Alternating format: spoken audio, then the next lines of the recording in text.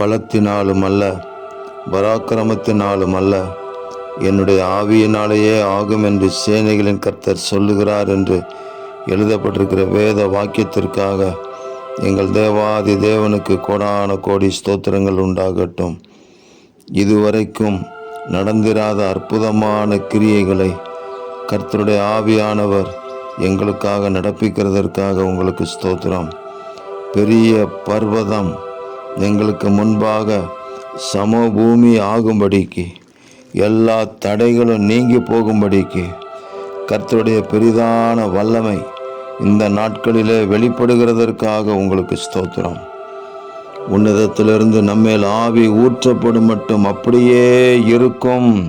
ஆவி ஊற்றப்படும் பொழுது வனாந்தரம் செழிப்பான வயல்வெளியாகும் என்று நாங்கள் வாசிக்கிறோமே.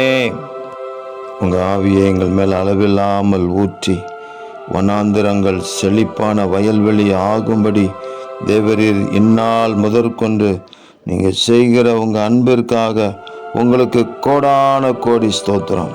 சமாதான தாபரங்களிலும் நிலையான வாசஸ்தலங்களிலும் அமைதியாய் தங்கும் இடங்களிலும் உம்முடைய ஜனங்கள் குடியிருக்கும்படி நீங்கள் அனுக்கிரகம் செய்கிறதற்காக ஸ்தோத்திரம்.